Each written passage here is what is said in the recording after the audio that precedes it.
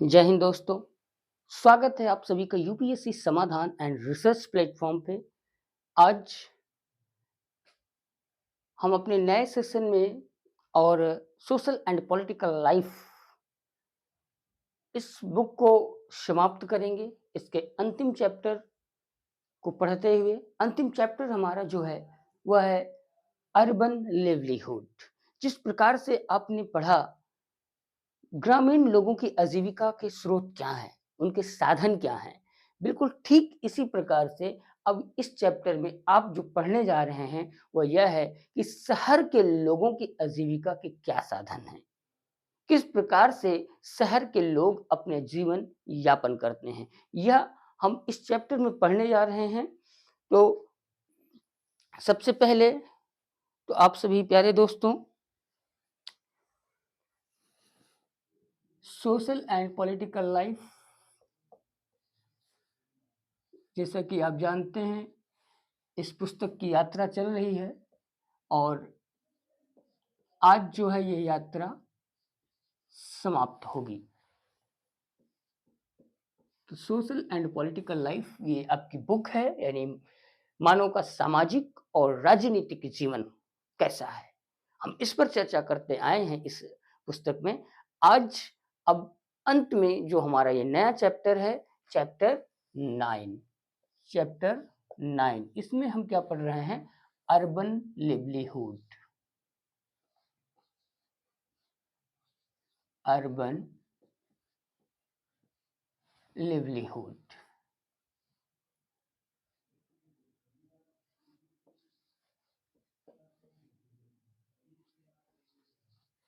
Urban livelihood यानी शहरी आजीविका।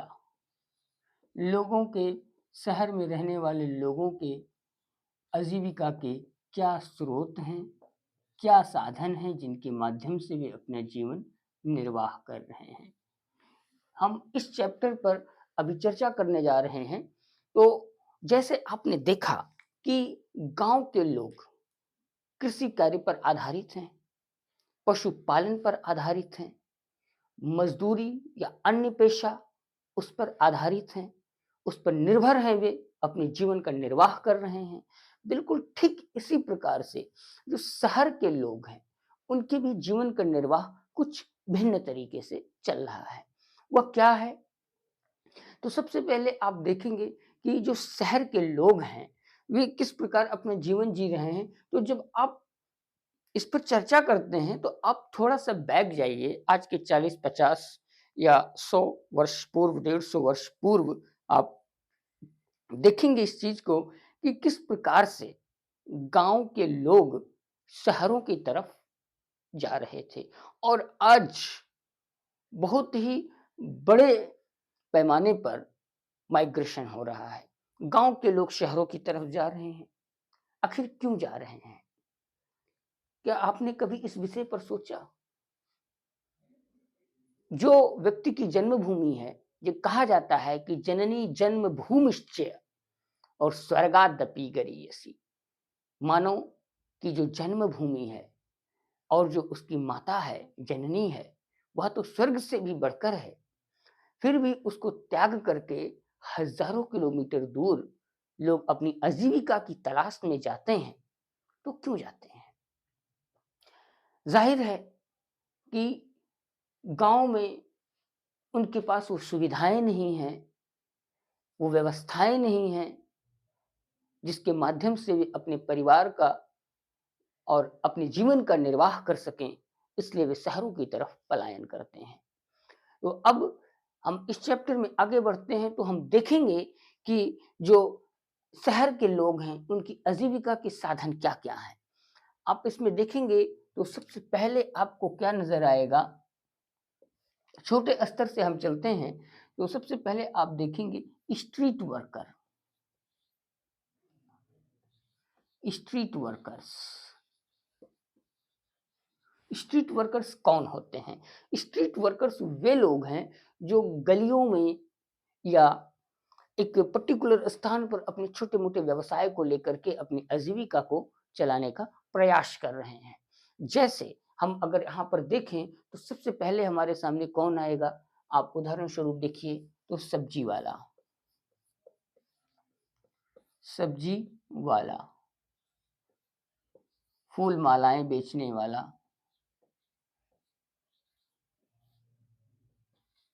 फूल मालाएँ बेचने वाला,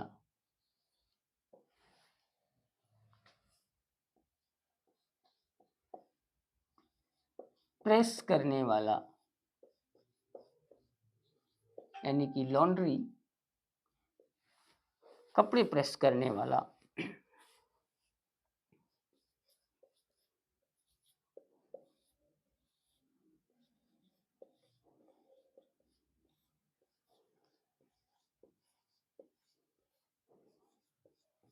कपड़े प्रेस करने वाला, रिक्शा चालक इत्यादि।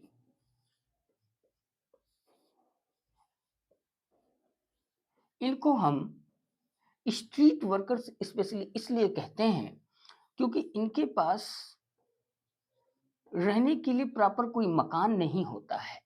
ये गलियों में काम करते हुए अपने जीवन का निर्वाह करते हैं। हॉकर्स हो गए, न्यूज़पेपर बेचने वाला है, अन्य और भी बहुत सारी चीज़ें हैं बेच जो गलियों में घूम-घूम करके लोग बेचते हैं। तो इन लोगों के पास अपना कोई प्रॉपर घर नहीं होता है। ये गलियों में काम करते हैं और गलियों में ही अपने जीवन गुजार देते हैं।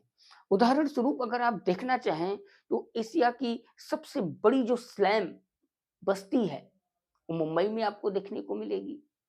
आप कभी बहुत ज़्यादा आप किताबी भाषा में ना जाएँ, आप प्रैक्टिकल देखना चाहें, आप दिल्ली और मुंबई की सड़कों पर निकलिए, देखिए। मैंने व्यक्तिगत अपनी आँखों से देखा है, दिल्ली की सड़कों पर रात को 11 बजे, 12 बजे के टाइम आप देखिए, सैकड़ों रिक्शे लाइन से फुटपाथ पर खड़े होते हैं और उन्हीं रिक्शों पर लोग सो करके अपनी रातें गुज़ारते हैं। दिन भर मेहनत और मज़दूरी करते हैं, रात को अपनी रातें उसी रिक्शे पर वे गुज़ार देते हैं। इसके अलावा और आप जब देखेंगे तो बहुत सारे स्थानों पर आपको देखने को मिलेगा, सड़कों के किनारे दुकान के सामने कोई गत्ता बिछा करके सो रहा है, कोई चद्दर डाल के सो रहा है। यहाँ तक कि तो मैंने अपनी आँखों से इतना तक देखा है, इतना तक मैंने देखा है कि जो नालियाँ होती हैं, हमारी ड्रेन्स, गटर, उसके ऊपर ठंडक के महीने में, दिसंबर के महीने की मैं बात कर रहा हूँ, गत्ते को एक कार्टून जो है, इसको डाल करके और इसके ऊपर सोता हुआ मैंने अपनी आँखों से देखा है। और एक आपको बहुत ही प्रैक्टिकल बात बता रहा हूँ, बिल्कुल ठीक इसी तरीके से एक व्यक्ति को मैंने सोते हुए देखा, बनारस की बात मैं आपको बता रहा हूँ। कोई कार्यक्रम था, जिसमें बहुत ज़्यादा शोरगुल की आवाज़ थी, म्यूज़िक बज रहा था, डीजे बज रहा था बहुत ही तेज़ ध्वनि में और वह व्यक्ति बिल्कुल मस्त अपनी निद्रा में रोड के किनारे ही फुटपाथ पर सो रहा है। बिल्कुल भी उसकी आँखें नहीं खुल रही हैं। इतने शोर-शराबे में जिसको हम आप जैसे आम आदमी बिल्कुल बर्दाश्त नहीं कर सकते हैं। तो इस प्रकार जो आप देख रहे हैं, मानव जीवन बड़ा कठिन है। शहर के लोग बिल्कुल उसी तरीके से संघर्ष कर रहे हैं, जैसे गाँव के लोग संघर्ष कर रहे हैं। ऐसा नहीं है कि सिर्फ़ गाँव के लोग ही संघर्ष कर रहे हैं। गाँव से जो लोग शहरों की तरफ आए हैं, उनका भी जीवन संघर्षों से गुज़र रहा है। तो आपने देखा स्ट्रीट वर्कर्स, फैक्ट्रियों में काम करने वाले factory workers, point number 2, factory workers,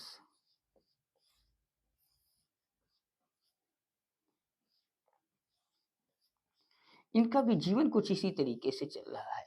जो बड़े स्तर पर कार्य कर रहे हैं, जो अफ़सर हैं, जो टेक्निकल कार्य कर रहे हैं, उनकी तो ठीक-ठाक जीवन चल रहा है। लेकिन जो लेबर वर्ग है, जो मज़दूर वर्ग कार्य कर रहा है, उसका जीवन भी कुछ स्ट्रीट वर्कर्स की तरीके से ही गुज़र रहा है।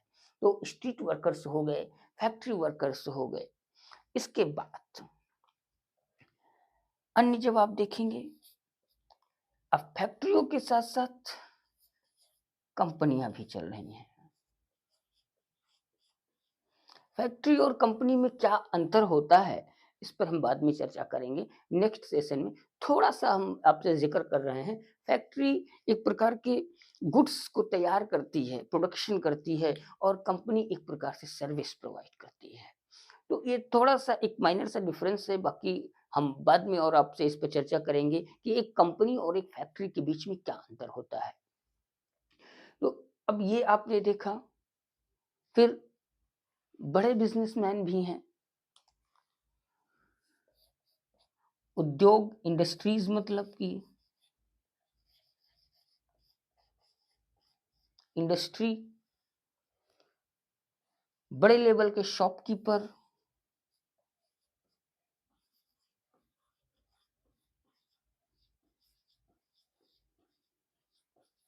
शॉपकीपर्स, इसके बाद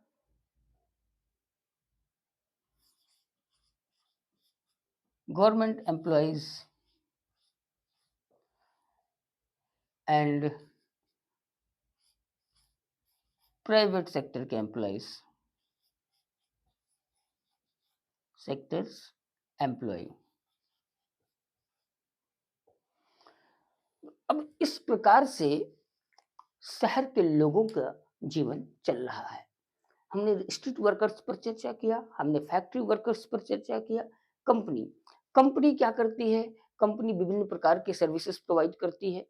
आप देखेंगे आज बहुत सारी आईटी कंपनियां शहरों में लग रही हैं। बहुत सारे इंडस्ट्रियल सिटीज को डेवलप किया गया है। वो इंडस्ट्रियल सिटीज के रूप में अगर आप देखें तो Noida, new Okhla industrial development authority,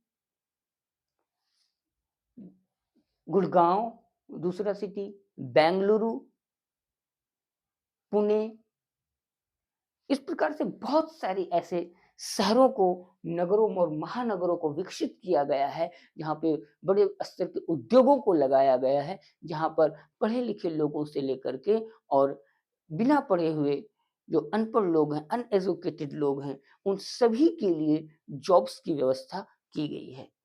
फिर इंडस्ट्री की जब बात करते हैं, तो इंडस्ट्री और फैक्ट्री लगभग मिलता-जुलता दोनों का स्वरूप है। इंडस्ट्रीज में भी प्रोडक्शन किया जाता है। प्रोडक्शन के बाद उनको मार्केट में लाया जाता है, मार्केट में उनकी बिक्री होती है। शॉपकीपर्स हो गए। अब शॉपकीपर्स जो बड़े स्तर के शॉपकीपर्स हैं, उनका अपना जीवन जीने का शैली। और उसके बाद गवर्नमेंट एम्प्लॉइज़, जो लोग गवर्नमेंट सेक्टर में जॉब कर रहे हैं, उनके पास गवर्नमेंट की तरफ से कुछ फैसिलिटीज़ प्रोवाइड की गई हैं, कुछ को नहीं प्रोवाइड की गई हैं, तो वे एक अच्छी सैलरी गवर्नमेंट से उठा रहे हैं और उनके पास जीवन जीने का एक पर्याप्त साधन उपलब्ध हो जाता है। फिर प्राइवेट सेक्टर के जो एम्प्लॉइज़ हैं, प्राइवेट सेक्टर के भी वे एम्प्लॉइज़ जो हायर लेवल पर काम कर रहे हैं या जो अच्छी सैलरी गेन कर रहे हैं, उनके जीवन स्तर और जो वहाँ पे लोअर लेवल का जो एम्प्लॉइज़ हैं, जो लोअर लेवल के वर्कर्स हैं, उनके जीवन में अंतर तो मिलेगा ही।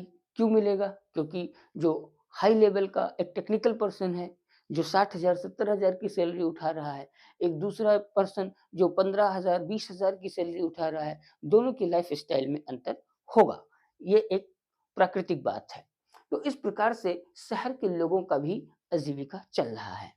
इसके बाद जब हम अगले टॉपिक पर चर्चा कर रहे हैं, तो अब आप जब देखेंगे तो क्या होगा, अभी जैसे कि मैं आपसे बात कर रहा था फूल माला बेचने वाले, सब्जी वाला, ये कौन है? अगर इनके पास गाँव में अगर इनका प्रोडक्शन नहीं किया जाए, तो संभवतः शहरों में इनकी बिक्री नहीं पॉसिबल है। तो जो गाँव के लोग हैं, गाँव यानी कि गाँव जो है एक प्रकार से शहरों में उपलब्ध जो प्रोडक्ट्स हैं, जो सामग्री है, उनका रिसोर्स सेंटर होता है। यानी कि गाँव में उनका उत्पादन किया जाता है और शहरों में उनकी बिक्री की जाती है। यह तो मूलभूत आवश्यकताओं से संबंधित चीज़ें हो गई। अब उससे जब हम हाई लेवल की चीज़ों की आवश्यकताओं की तरफ आगे बढ़ते हैं, तब हमें दिखाई देती हैं कंपनीज़ और इंडस्ट्रीज़, वो हमें दिखाई देती हैं। जैसे आईटी सेक्टर में काम करने वाला पर्सन है, उसमें जो सर्विसेज़ प्रोड्यूस की जा रही हैं, जो आइटम्स, गुड्स प्रोड्यूस किए जा रहे हैं, उनका मैन्युफैक्चरिंग हो रहा है, उसके लिए आवश्यकता होती है कि वह शहरों के आसपास या शहरों में लगाया जाए, ताकि उनके पास यातायात के प्रॉपर जो है साधन उपलब्ध हों। उसके साथ-साथ उनकी मार्केट उनके प्रोडक्शन सेंटर से नज़दीक हो। तो इस प्रकार भी गाँव शहर के लोग अपने जीवन का निर्वाह कर रहे हैं। और हम अब यदि देखें, तो जब आप देखेंगे तो जो गाँव और शहर है, तो गाँव और शहर दोनों एक-दूसरे के पूरक बन जाते हैं। यदि पूरी तरीके से शहर की व्यवस्थाओं को देखा जाए, गाँव को एक साइड कर दिया जाए, तो संभवतः शहरी जीवन निरर्थक हो जाएगा। और इसी प्रकार यदि शहर की व्यवस्थाओं को दरकिनार कर दिया जाए, तो गाँव के जीवन पर प्रभाव तो पड़ेगा, लेकिन उतना अधिक प्रभाव नहीं पड़ेगा, जितना शहर के जीवन पर प्रभाव पड़ेगा। तो इस प्रकार जो है अर्बन लिवलीहुड यानी शहरी आजीविका का संचालन हो रहा है। फैक्ट्रीज़ के माध्यम से, कंपनीज़ के माध्यम से, इंडस्ट्रीज़ के माध्यम से, उद्योगपतियों के माध्यम से, गवर्नमेंट और प्राइवेट सेक्टर के एम्प्लॉइज़ के माध्यम से, और जो स्ट्रीट वर्कर्स हैं, उनके माध्यम से। अब आप देखते हैं कि नई-नई चीज़ें मार्केट में आपको देखने को मिलती हैं, तो गाँव में कहाँ जाती हैं? गाँव में नहीं जाती हैं, गाँव में वो बहुत लेट पहुँचती हैं। तो गाँव में तब पहुँचती हैं जब शहर उनको उपयोग करके रिजेक्ट कर देता है। यानी जब उनका उपयोग किया गया, वे ओल्ड मॉडल में चली गई, तब वह शहरों से गाँव की तरफ पहुँचती हैं। हालाँकि अब ये जो नया युग प्रारंभ हुआ है, जहाँ पे टेक्नोलॉज़ी ने अपना एक अहम रोल निभाया है, गाँव और शहर को जोड़ने के लिए जो एक पुल का काम किया है। टेक्नोलॉज़ी को मैं एक तरीके से इसी संदर्भ में देखता हूँ कि जो टेक्नोलॉज़ी है, आज की जो आधुनिक टेक्नोलॉज़ी, विशेष करके इंटरनेट क्षेत्र से संबंधित, तो वहाँ जब आप देखें तो इंटरनेट एक प्रकार से पुल का काम करता है, जो गाँव और शहरों को जोड़ रहा है। यानी कि आज के डेट में आप सारी चीज़ें तो नहीं, लेकिन संभवतः बहुत अधिक चीज़ें आपको जो शहरों में उपलब्ध हैं, वह गाँव तक पहुँच रही हैं। विशेष करके गुड्स के मामले में। जब आप गुड्स के मामले में देखें, तो आप गुड्स के मामले में देखते हैं कि जिनका प्रोडक्शन शहरों में अभी हाल-फिलहाल में हुआ है और मार्केट में लॉन्च हो चुकी हैं वो चीज़ें, मार्केट में, शहर के मार्केट में वो धड़ल्ले से बिक रही हैं। ठीक उसी समय में आप देखते हैं कि वही चीज़ें आप गाँव के मार्केट में भी मिल रही हैं, या अगर गाँव के मार्केट में नहीं मिल रही हैं, तो एक जो नया प्रणाली हमारे सामने स्टार्ट हुआ है, ऑनलाइन मार्केट, यानी ऑनलाइन शॉपिंग। ये जो ऑनलाइन शॉपिंग है, ये क्या है? ऑनलाइन शॉपिंग यानी कि जो यांत्रिक बाज़ार है, यांत्रिक बाज़ार यानी कि जो टेक्निकल मार्केट है हमारी, इस टेक्निकल मार्केट के माध्यम से गुड्स तो लोगों तक अवेलेबल होता जा रहा है। आप इसमें किसी भी प्रकार की चीज़ें देख लें, मगर कुछ हद तक अभी अभी काफ़ी जो सेवाएँ हैं, सर्विसेज़ हैं, वह गाँव तक नहीं पहुँच पाई हैं। हालाँकि उसके लिए प्रयास किया जा रहा है, गवर्नमेंट सेक्टर भी प्रयास कर रहा है और प्राइवेट सेक्टर भी प्रयास कर रहा है। तो इस प्रकार से आपने देखा कि अर्बन लिवलीहुड चल रहा है। अब यहाँ पर भी इस सेशन को हम समाप्त करते हैं, और इस सेशन के समाप्त होने के साथ-साथ जो सोशल एंड पॉलिटिकल लाइफ जिस बुक की स्टडी हम कर रहे थे, वह बुक भी अब यहीं पर खत्म होती है। हमने इस पूरे बुक में जो सार जाना, जो समझा, वो संक्षिप्त में हमने यह जाना कि मानव का जो सामाजिक और राजनीतिक जीवन है, वह किस प्रकार से छोटे-छोटे चीज़ों से मिल कर के एक बड़े पैमाने तक पहुँचता है। जहाँ पर हमने बेसिक चीज़ें जानी कि किस प्रकार से हमारी गवर्नमेंट का निर्माण होता है, किस प्रकार से शहर के लोगों का जीवन चलता है, किस प्रकार से गाँव के लोगों का जीवन चलता है, उनका प्रशासन कैसा है, वो चाहे गाँव के लोगों का हो या शहर के लोगों का हो, उनके प्रशासन के बारे में हमने जाना, उसको समझा, हमने पंचायती राज को जाना। तो यह एक ब्रीफ समरी इस पुस्तक के माध्यम से आज समाप्त होती है। हम नए क्लास में, नए सेशन में, नए पुस्तक और नए अध्याय के साथ आपसे जुड़ेंगे। तब तक के लिए आप व्यस्त रहें, मस्त रहें, अपनी पढ़ाई को करते रहें। आपकी ये जो स्टडी की यात्रा है, जो जर्नी है, ये लगातार चलती रहनी चाहिए और तब तक चलती रहनी चाहिए जब तक आप यूपीएससी को क्रैक ना कर दें, नीली बत्ती की गाड़ी में बैठ करके आप आगे ना बढ़ जाएँ। फिर मिलते हैं नए सेशन में, नए क्लास में। जय हिंद दोस्तों।